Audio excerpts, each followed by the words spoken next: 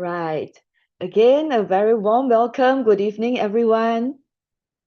Hi, Hui Ying. Yes, welcome to LiCo Book Club. Tuesday again, same time, same day, same time, same channel. Of course, we have different speakers every week. And today it'll be me. Oh, last week was also me, huh? Yeah, sharing with you on the different types of diet. So before we start, let me just take a minute to introduce myself. My name is Jeannie. I'm a nutritionist, also a certified personal trainer and yoga teacher, and I'm in this line of health and wellness for over 10 years. So what we do in LiCo Wellness is to share the concept of healthy diet, healthy living, right? All inclusive, and to form a community and help everyone to be healthier. Okay, so if you think that this talk can benefit any of your friends, family members, do invite them in. Every Tuesday, we are using the same Zoom link. Okay, so you can always share with your friends. And if you are in the community, you would have received our poster every week, so you would know what would be the topic. So without further ado, let me just share with you the good. All right, just going to share with you the poster for today. It's 7th of October, and we're going to talk about decoding diets. So I'm sure you heard of all kinds of diet, different types of diet in the market, diet that people do. What is the effective one? What is the more effective one? Which one work? Especially, I think more importantly, the question we want to ask will be, what works for you, right? What works for you? So this is what we are going to talk about today. We're going to explore a few different types of diets. If there are things that I did not include, I didn't cover, but you think that's important, of course, you can also bring it up. We can always discuss. Okay, like a book club is a platform for us to learn from each other, and from there we foster our healthier diet and lifestyle. Okay, so good to see some familiar faces and some new names. All right. Okay, so let's get started. So in Singapore and Malaysia, there are more people who are overweight than people who are underweight. Okay, in Malaysia, there are about over 50% of people are actually overweight or obese. In Singapore, the number is about 40 over percent. And if we look at gender, generally we have higher percentage of obesity and overweight for guys versus for ladies. Okay, in Singapore especially, overweight men account for over 45%, while women is about 35% plus minus. Right? So what are some of the reasons for overweight? It could be eating too much of the wrong food. It could be just imbalanced nutrients, not eating the right food, too little physical activity, stress, aging, hormones, etc. So we do one-to-one consultation with clients on a regular basis. And one of the evergreen topic that I get or questions that I get is, what should I eat? What kind of diet should I adopt to lose weight? For example, to bring down my body fats, to bring down my cholesterol, my blood sugar. What is the best for you? So this is what we are going to discuss today. And hopefully at the end of the 45 minutes, you have an answer or you have some guidelines, okay, that you can develop to find your answer. Is there a one size fit all? Right? Or is it everybody, all we need different types of diet, different types of approach? So let's see. Let's move on from here. Healthy weight actually is really to do with energy balance. This one, I think, week in, week out, we have been talking about this as well. If you eat the same calories as what you expend of, your weight will maintain. Your weight will maintain. Okay, this is energy equation. So the energy in equals to energy out, we maintain our weight. So for people who want to gain weight or lose weight, what do we need to do? We just have to burn more than what we consume, right? Either eat less or eat less plus expend more. Okay, use up more calories or use up more energy. So that is how we could maintain that is how we could bring down our body weight or body fat. So when we talk about weight loss, effectively we are talking about fat loss. I have not seen any people, who really tell me that, Ginny, I want to lose muscle mass, right? I have too much muscle mass. I just want to bring down my muscle mass. Usually it's not like that.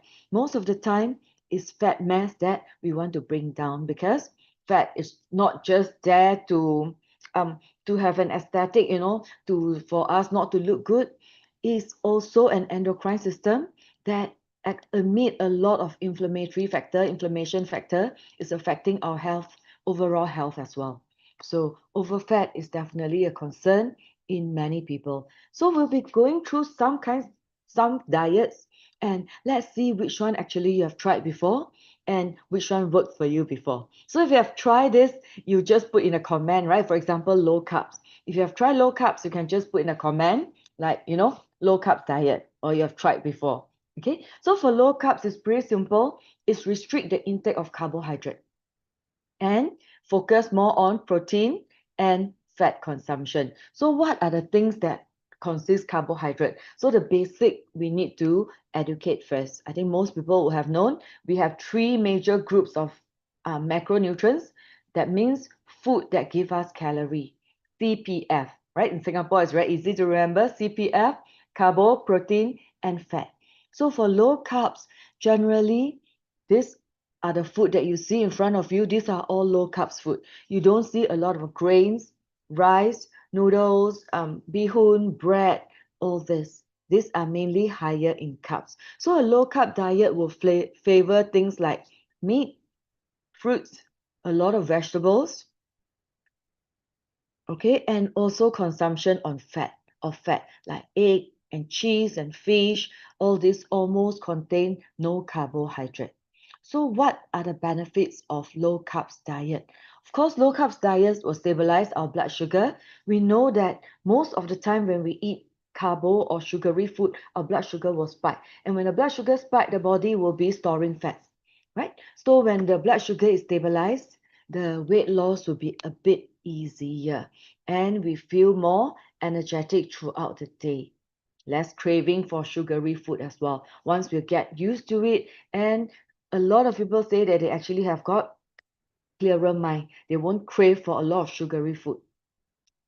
So what happens is that when we eat high sugary food, our blood sugar will spike, and after 2-3 hours, it will drop down drastically, and this is the time that we crave for more sugary food, right? But if we do low carbs, the blood sugar will not spike but maintain at quite a relatively low level.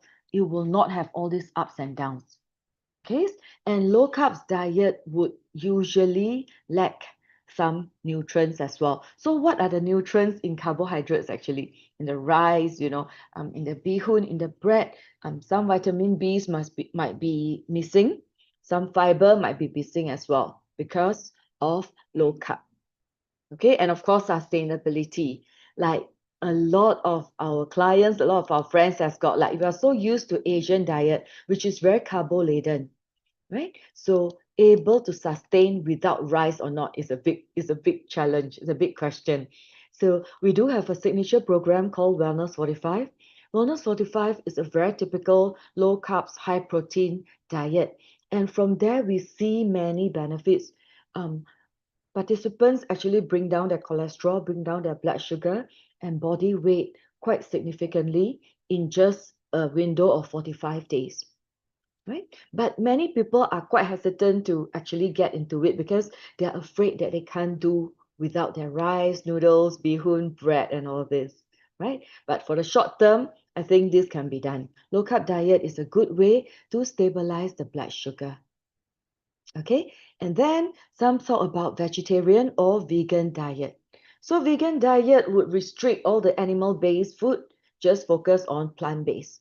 Restrict all the animal products. Some not even eating dairy, which is the milk, the cheese, the butter, and some don't even eat egg as well, right? So it depends on what kind of vegan or vegetarian diet this person adopt. So what would be the benefits of vegetarian diet?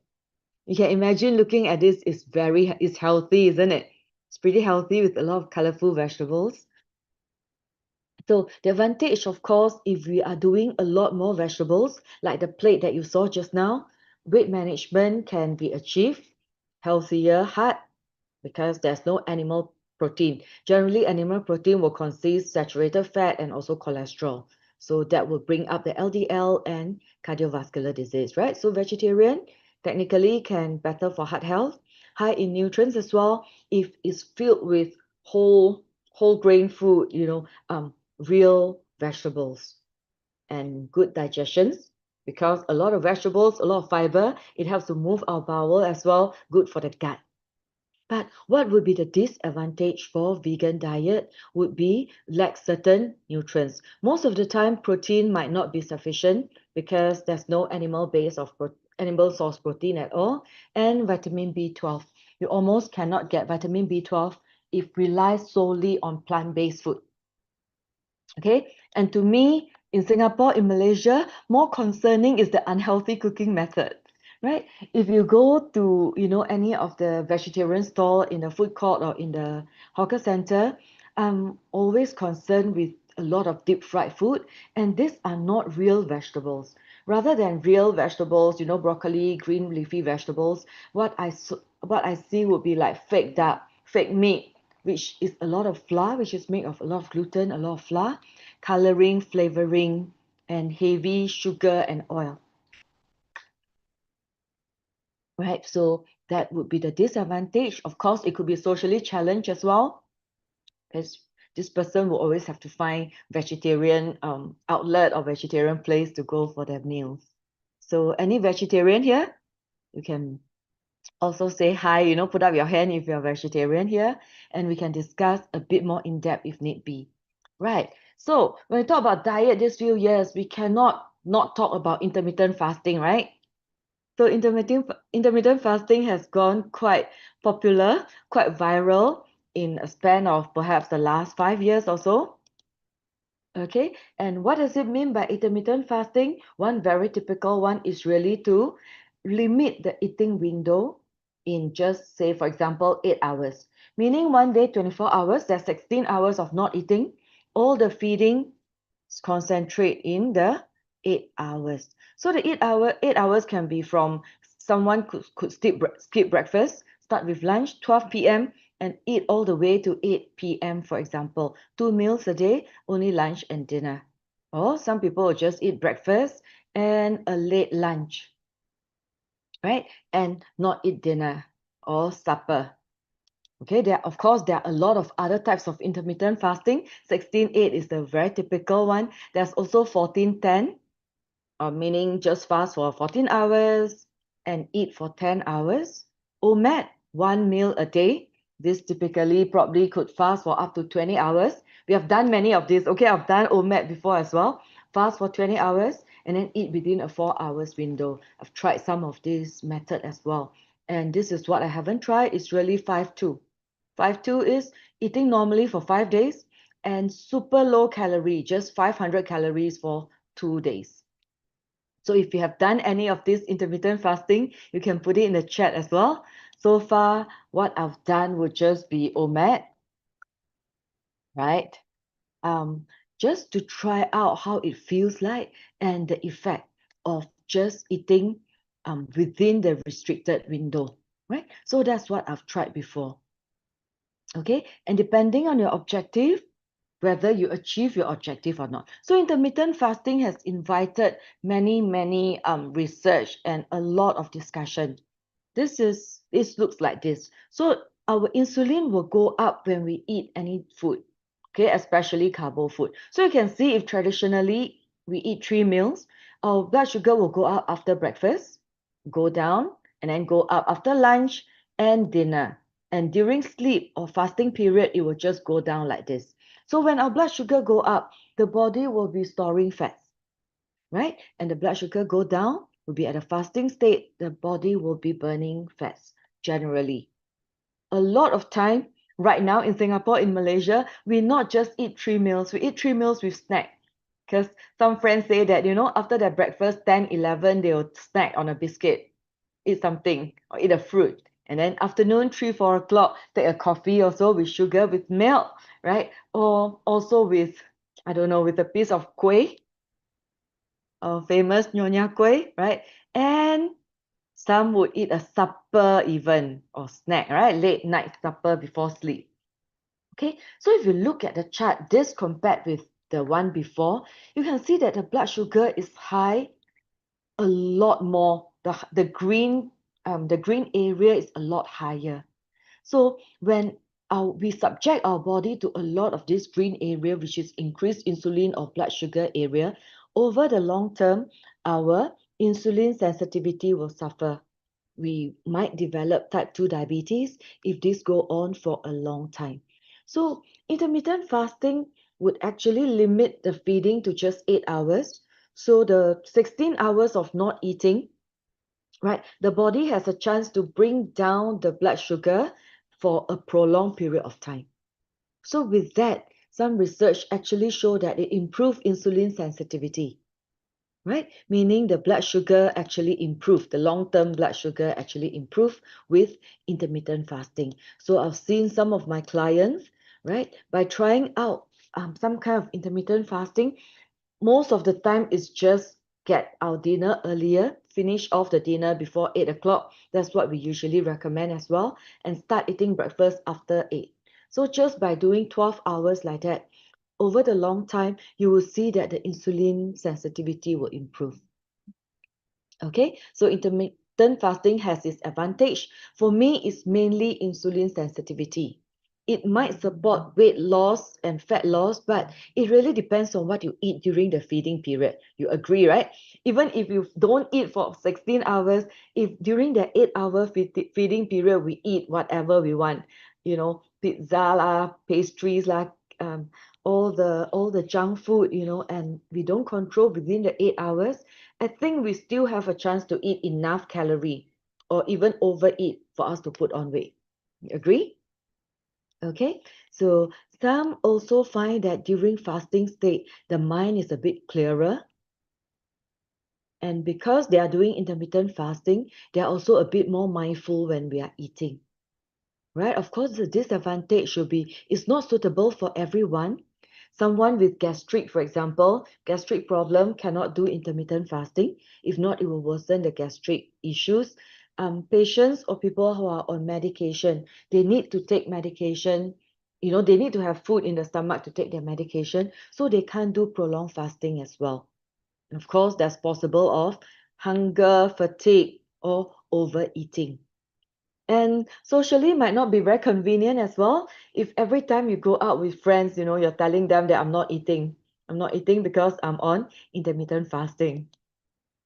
Okay, so that is the pros and cons. Intermittent fasting, if you want to be healthy, you do require some kind of supplementation. For me, right, intermittent fasting, the most difficult part is really to get sufficient protein, because we know that protein is one of the most important nutrients that our body need.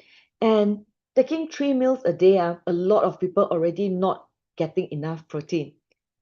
When we reduce to 2 meals a day, that would be a big challenge to get sufficient protein. Okay, so when I was on intermittent fasting, actually what I did was that I had 2 protein shakes. One time when I break fast and one time when before I start fasting. So it's always 2 protein shake plus 1 or 2 meals in between. Okay, so important, if you're doing intermittent fasting, make sure that you have sufficient protein, because some research actually show that for calorie restriction, for example, there's a research shows that A and B group of people both restrict their calorie intake. Okay, but one group actually did intermittent fasting, use an 8-hour eating window. And after the research, they measure, of course, the weight and the muscle mass as well. So the intermittent fasting group actually decreased muscle mass and also felt less energetic, okay, more fatigue as well. Okay, so it's important to have enough protein so that when we lose weight or lose fat, we don't lose the important precious muscle mass. Okay, so that's intermittent fasting. I strongly recommend you to at least put in your plant-based protein, okay, or whichever nutrition that the body might need.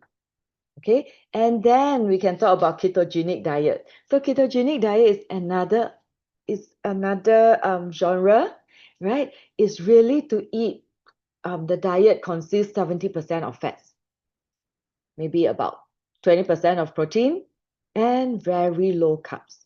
So it's different from low carbs diet, whereby low carbs diet mainly focusing on just lowering the carbs. But keto diet, the focus is really the fats. It's really to load the 70% of diet with fats.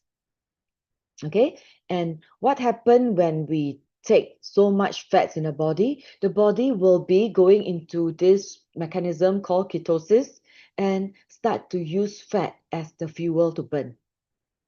Okay, and with that, a lot of people see quick weight loss, less hunger, because eating fat gives us satiety. We feel actually quite full. We won't be, craving so much craving. Better blood sugar control, because the carbo is really very, very low. Limit to, I think, below 50 grams of carbohydrate every day, and improve mental clarity as well. But of course, I think the disadvantage for ketogenic diet being in Malaysia and Singapore is how clean is our keto. So clean keto, we can go for grass-fed cow butter. Okay, we can go for fish, a lot of deep sea fish, avocado, etc. But unfortunately, in Singapore and Malaysia, these are not very widely available. So I do have seen clients, tell me that they're on keto diet, they eat ham, they eat chicken skin and all this. So might not be the best source of fat that we'll be taking. Okay, so the source of the ketogenic diet is important. Of course, ketogenic diet might not be sustainable as well, because it's really very restrictive and you almost cannot find anything that's ready made in the market. You cannot just go into a restaurant and expect to order a ketogenic meal. It's almost non-existent, right? So you almost have to prepare your own meals, curate your own meals.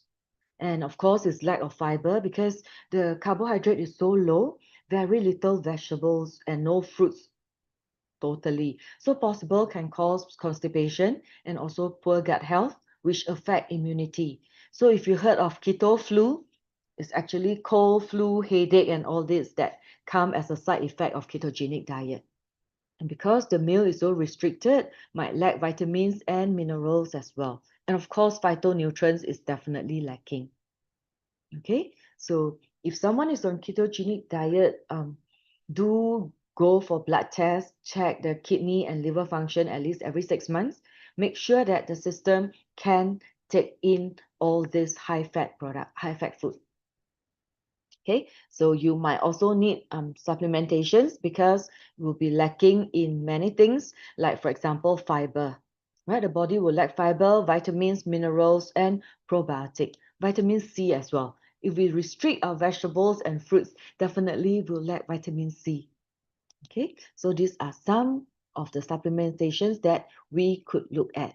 Then a client was telling me about DASH diet. So the doctor introduced him DASH diet because this is the diet specifically focused on lowering blood pressure for hypertension and LDL. Hypertension and LDL. So this will be very suitable for people who already have this condition, right? And a DASH diet focus on vegetables and fruits, whole grain, fish, beans, nuts, and vegetable oil, and limit fatty meats, especially red meat, beef, pork, mutton, because the fat and the meat are usually very intertwined, very hard to get rid of the fats, right? And full fat dairy, reduce sugary sweetened drinks, sweets, and also sodium. We know that sodium itself has a direct impact on our blood pressure. Okay, so DASH eating plan will be suitable for people with hypertension. Right. Okay, so main advantage is really to bring down blood pressure. Right? Of course, the initial adjustment would take some time. Sodium restriction would mean that many of us can't quite eat outside. We probably have to prepare our own meals, use spices rather than all the traditional Chinese sauces. DASH diet, you have to cut down on all the sauces like the 麻油, the 酱, all the xiaoqing, all the 酱油, all the 麻油, sesame oil, all the dark sauce, what sauce is that? Uh, uh, what oyster sauce, etc. Okay, so all this you have to cut. And this is what I really use. Okay, this is the next one that we're going to talk about is Mediterranean diet. Mediterranean diet is actually practiced by people in the Mediterranean, right? Focusing on fish, a lot of different types of plants, vegetables, and whole grain. So it's generally practiced in one of the blue zone area, which is France, Greece, and Italy area. Okay, so this is the Mediterranean diet. So for Mediterranean diet, half the plate we try to load it with vegetables, not just veggie, but veggie of different colors, different textures and colors that give us different phytonutrients, the fiber that our body need, and the diversity as well. And then whole grain, right? Might not be just rice or bihun or bread, can go for millet, quinoa, um, love quinoa, all right, or even sweet potato, corn, pumpkin. All this can be our carbs. And protein, try to focus on fish. So this is what I'm trying to practice at home as well. We have home cooked food at least 5 nights a week, and I have at least 4 nights of fish. Okay, so that's what we can control, we can put in, right? More fish than anything else, and often go for water. Okay, so this is the Mediterranean diet, focusing on variety of vegetables and healthy fat.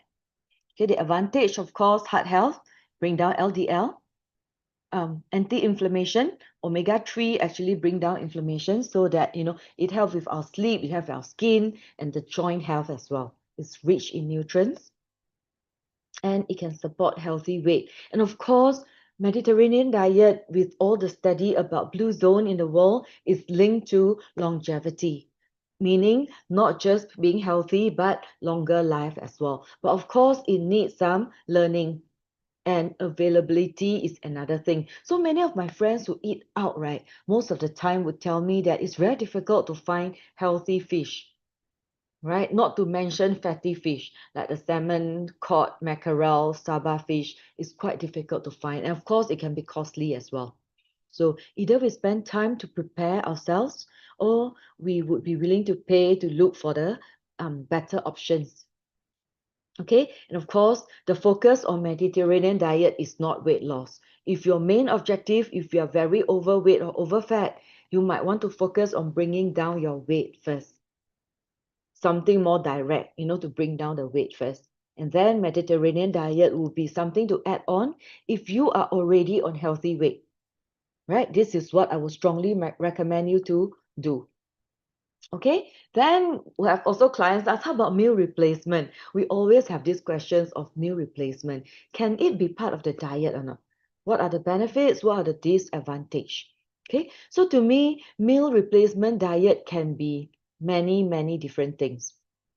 Okay, there are so many brands in the market. What we can do if we want to replace our meal, a quick and fast way to replace our meal, when we don't have time to prepare, don't have time to cook, and we still want a balanced diet, is to find a good meal replacement. All right, plant-based, you almost want to go for plant-based all the time. Non-GMO means not genetically modified, no trans fats, and vegetarian would even be better. Okay, so this is precisely what we use. Nutrilite Body Key has got 17 grams of protein, 5 grams of fiber, 22 vitamins and minerals, and it's only 205 calories. It's a gluten-free formulation. So for this, my family, my daughter, have been taking this for the last 10 or 12 years already, as her breakfast. She always take this as a breakfast because morning is quite hard to eat a good plant-based protein kind of breakfast. Okay, of course, the advantage is reduced calorie intake, good for those who want to control your calorie intake. Is convenient. It reduce appetite and can also cut down our appetite over time once we get used to it. So the first 1 or 2 weeks, many clients complain that, they feel hungry, the stomach will be growling because they're not used to just drinking, lack fullness, right? But once we get used to it, it's actually very convenient and it could definitely last you for 4 hours. It's nutrition dense as well, and it can be digested very easily.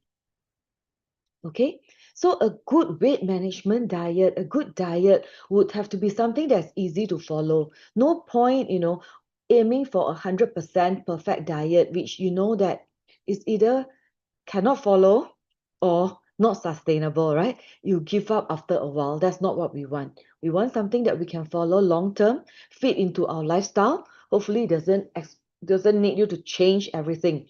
You can still meet your friends. You can still go have a social activity. You can still live your life. And you should not feel very hungry throughout the day, right? The hunger feeling will lead us to, want to think about food and crave for more food. That's not good. It should have tasty food choices, not just eating the same thing every day. It should have help us with muscle growth and fat reduction. Okay, so, and of course, again, it depends on your objective. So I assume if your objective is to reduce excess fats, I just have three pointers that we can all practice together. Number one is still personalized calorie deficit. You still need to know what is your BMR, basal metabolic rate. If you don't know, contact the person who invited you in. Our coaches here, they'll be able to put you on a body composition analysis, and you know how much calorie you can burn every day.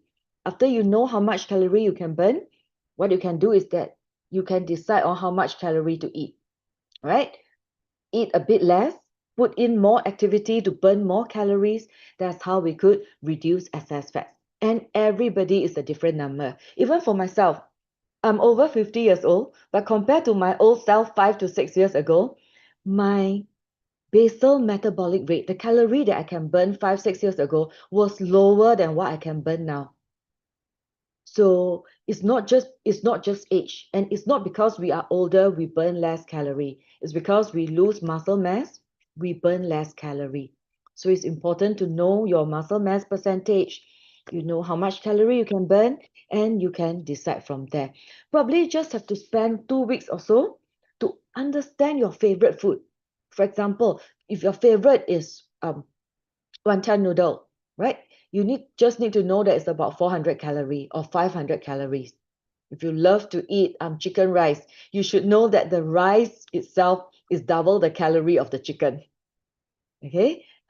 And the bread has got a lot more, double the bread. 2 pieces of bread, kaya butter bun, has double the calorie of your hard-boiled eggs or 2 soft-boiled eggs. Right? So by understanding that, we have a mind map, and when we eat our diet, we'll be able to estimate pretty accurately the calorie that we take in. Just need to practice for 2 weeks, 3 weeks. We don't eat so many different food actually. 2, 3 weeks, we have covered most of our favorite food. We know the calorie intake already. But the problem is most of us underestimate the calorie we take in. Okay, so that's important for us to learn. At least you should know your favorite food. How much fats, how much protein, is it enough or not, and how much calorie. Second, besides this, the second thing is improve insulin sensitivity. Just now we talked about the benefits of, for example, intermittent fasting, for example, low carbs diet, or even keto diet, all talking about insulin sensitivity. We don't want our blood sugar to be spiking high all the time, because insulin insensitivity or high blood sugar diabetes is one reason why we put on so much excess fats. And if you're concerned about insulin sensitivity, if you have any family members with diabetes issue, you're in luck. 2nd of December, okay, 广告. 2nd of December, our pharmacist Hui Kim, she's also in this room, right? She will be sharing with us on diabetes, the medication side, and the diet and nutrition that can help to improve insulin sensitivity and to bring down blood sugar. So if you ask me, can diabetes be reversed? The answer is yes. We do have clients who used to take metformin, diabetes medication, and the doctor officially released her off medication. Okay, so 2nd of December, mark your calendar. Okay, on Tuesday as well, same time, same channel, we'll be talking about insulin. And what is the third one that we talk about?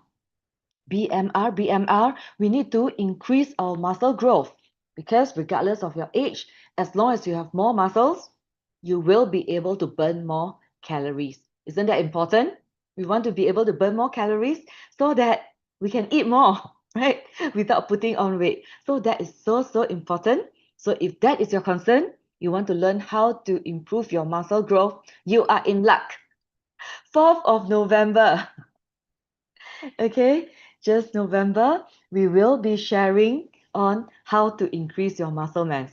Likely, our health coach will be sharing on this, and this will be in Mandarin, 华语的. So if you have family members, especially elderly, whom you think that as they age, right, their mobility has already reduced. They don't have so much energy anymore. They move less. They exercise less. Invite them for this talk. This is an important talk that could change their life. Okay, increase muscle growth regardless of age. I think we need to put a caveat, regardless of age. Never say too old, okay, to do this. So this is what I do, just sharing with you for my weight management plan. This is what I do. For breakfast, we want to go for a savory breakfast, meaning we want a breakfast that is very, very low in carbs because the first meal in the morning, we don't want to spike our blood sugar immediately. So go for something that doesn't consist a lot of carbo. What consists a lot of carbo in your breakfast? Bee hoon, bread, oats, Milo, what else? Okay, bread, bun, a lot of people just take bread. These are all very high in carbo and it definitely spike your blood sugar like nothing, right? So this is what I'll do. I'll take 4 to 5 different types of vegetables. I blend them. So it's high fiber, rich in different colors, phytonutrients, vitamins, and minerals. I put in probiotic, additional fiber, and 3 scoops of plant-based protein. So this is my breakfast for the past 5 years, 5 years at least, since COVID time. And I think that helps to maintain the blood sugar for the day pretty well, stabilize the blood sugar. And when blood sugar is stabilized, the other side benefit is that our emotion is also more stable. We won't have a lot of mood swing, like angry, happy, all this, a bit more stable as well. So that's breakfast. And lunch, go for Mediterranean diet as much as possible. For protein, focus on fish, chicken, tofu, egg, and tau kwa. 2 portions of vegetables. If you like whole grain or brown rice, we can use that as well. So it's essentially a healthy plate, right? 2-1-1. 2 portions of vegetables, 1 portion of protein, and whole grain. And for the protein, try to include plant-based protein as well, because plant-based protein can help us to bring down cholesterol, bring down our blood sugar, cholesterol, and also help with hypertension. All right, so that is lunch. If you can't find this, you just have to curate it. For example, you can go to the chicken rice store to buy your chicken breast, just half the rice, and you can use brown rice if it's available, right? You can ask for vegetables, or you might just need to go to another store to buy 2 portions of vegetables to add on, okay, to that meal, right? For those who eat out, if you don't have the variety of the vegetables, you can add on our double X, which is a multivite with 19 types of plants concentrates. So to me, taking 3 tablets of this, giving me already a baseline of 19 plants. And omega-3, of course. Omega-3 is because if we don't take enough, at least 3 times of fatty fish a week, this could help us to bring down inflammation. And for dinner, okay, for those of you who, if you really want to focus on bringing down your body weight, dinner is something that you can actually reduce. You can do a meal replacement if that's easy, or do a light dinner with low carb, low fat, and at least 2 portions of vegetables. So this is what I usually do. I would have my protein shake first with vegetable blend for dinner or after my workout in the evening. Then I will go for my low carb dinner, if any. right? Because I still have fish, chicken at home, then I will still eat that at home. But I will not add on the rice, noodles, or bread or bihun for dinner. At least 80% of the time. Of course, when I'm on holiday, when I go back to KL or Penang, that's a different story. But as long as 80% of the time, I believe that we are eating well with a good breakfast, nice lunch, okay, and very light dinner. Just aim for this at least 80% of the time. It will do a lot for your health, right? So every day we have 3 chances at least to improve our health. The breakfast, the lunch, and the dinner. Focus on what our whole body need, what our cells need, rather than just what we crave for, right? What we like to eat or what we crave for. So to me, this is a good plan that I've been using for many years and is working very well. And many of our clients in the community has been adopting this and doing very well too. At least just go for the breakfast. Use this breakfast for 3 months and you will definitely feel and see a big difference. Can? Okay, so if you have any questions, you could also check with, the coaches who invited you in. You can always check with one of us to understand more, right? So next week, for the following 2 weeks, 14 and 21st of October, we're going to talk about brain health, healthy brain blueprint.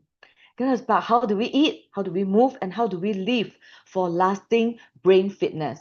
That's because we just over last month, September, was just the World Dementia Month, right? Dementia, Alzheimer, Parkinson, mental fitness has become one of the very important health topic.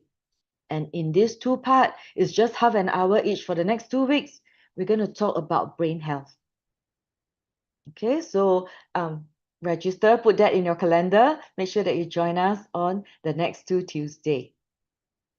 Okay, and then this Friday, if you're in Singapore, we're going for our lantern walk, like lights by the bay, to see all the beautiful lantern display. We meet at 6 o'clock at Chinese Garden MRT. Okay, so if you can't make it at 6, we can also meet at 7 at Eden Cafe before we set out for the walk. The walk will be from 7 to 9 on this Friday. And of course, every Monday, Friday, and Saturday, join us online or offline for our free workout. So the free workout, the difference between our workout and others is we focus on weight training. We focus on gaining muscle mass or maintaining healthy muscle mass. So we don't just talk about muscle mass, we put it in practice and we see many good results. A lot of elderly, a lot of friends from, having very weak muscles now can carry a lot heavier, now can balance a lot better, not won't fall down, so easily. Okay, and then of course, let's cook. In November, 6th of November, Thursday, we're going to have a cooking class. This will be at Tampines on a Thursday, 10 to 11:30. So come and learn to cook this high protein, super easy and yummy meals together with our trainer, Fina, right? And we'll be doing a homemade natural detox blend as well. Okay, so this is a cooking class, it's a cooking demo, but come here to learn and you get to taste the food as well, right? Each will get a portion to taste. Okay, questions. So now let me look at the chat and see if there's any questions or anything that we'd like to discuss.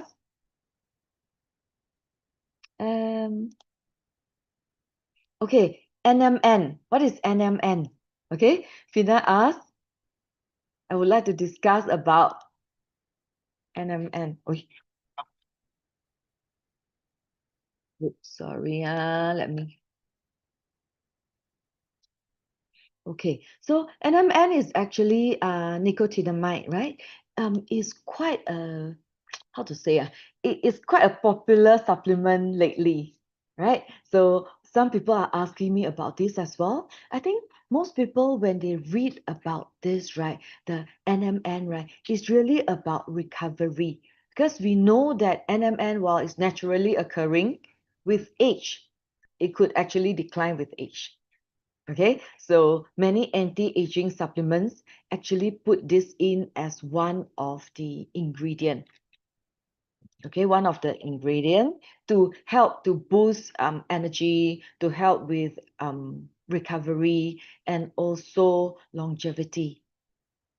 Okay, yeah, so I don't really do a lot of research on this.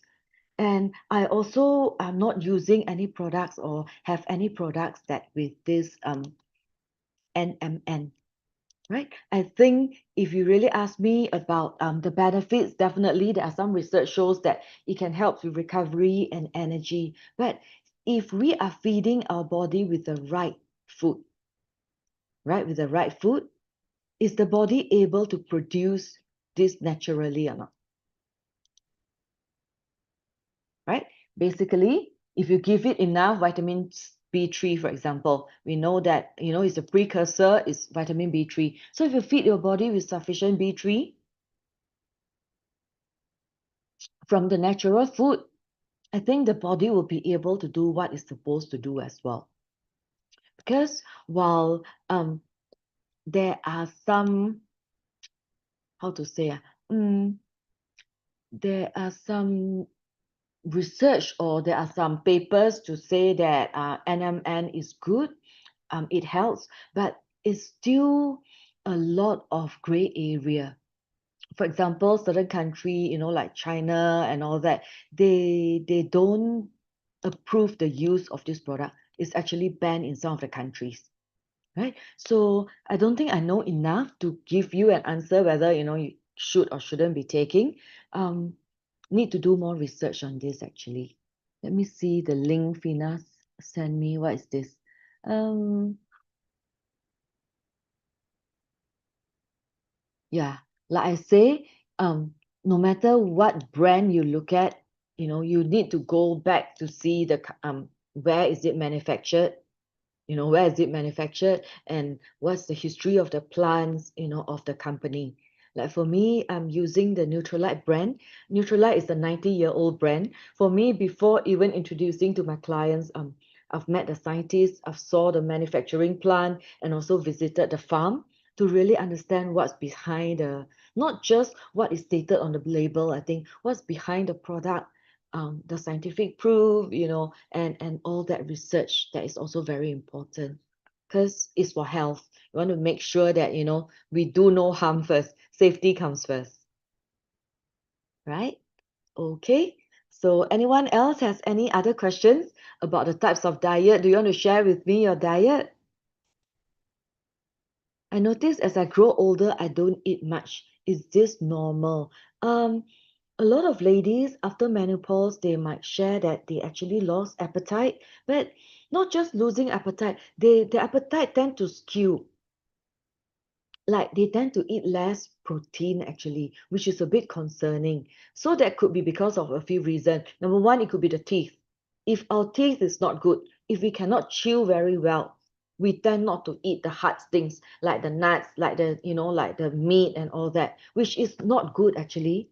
If you have any teeth problem, not able to chew well, please go and fix it, right? Because this is linked to longevity.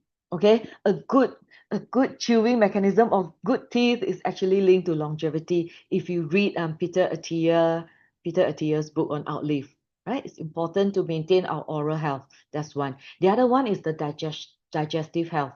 As we are older, some say that I cannot digest brown rice. It will feel bloatedness, you feel discomfort. So that's another thing as well. Then we want to address that as well. If it's gut, then probiotic, you might want to do more fiber to make sure that our gut health is actually improved as well. So if you have no physical problem, is it just mental, like, worry, so they have no appetite or no time to eat?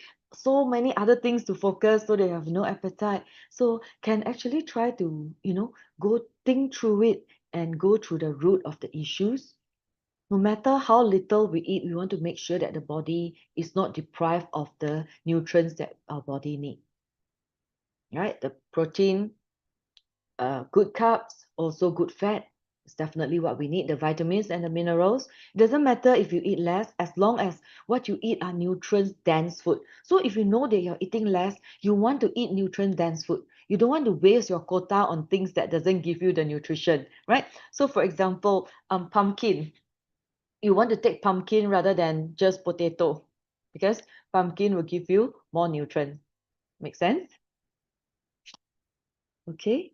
Yes, for Rosida, protein powder and meal replacement is good for you if you really don't have the appetite to eat, for example, early in the morning or late on at night, right? You can always just have a drink of protein plus meal replacement. Number one is low calorie, so it will not bring up your weight. It's also low in sugar. It will not spike the blood sugar. We have tried all that with the CGM already, right? Even with these two, the blood sugar will not spike a lot. And it gives you all the good plant-based protein, good fat. Meal replacement has got coconut oil as well and chia seeds. So it gives you the good fats and 22 vitamins and minerals without genetically modified items, no coloring, preservatives, no trans fats. No saturated fat, of course. Yes. So that could be one option. Yes, Rosida.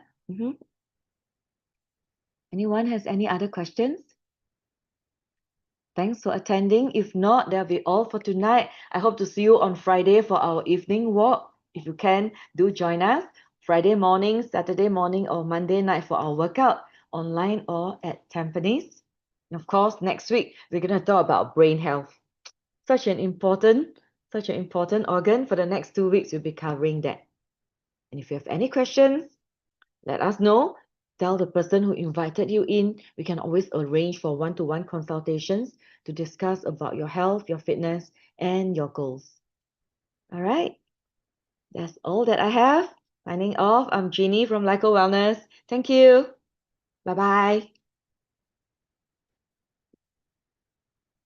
Thank you, Fina. Thanks, Hui Ying. Bye-bye. Who is Jay? Bye. Thank you.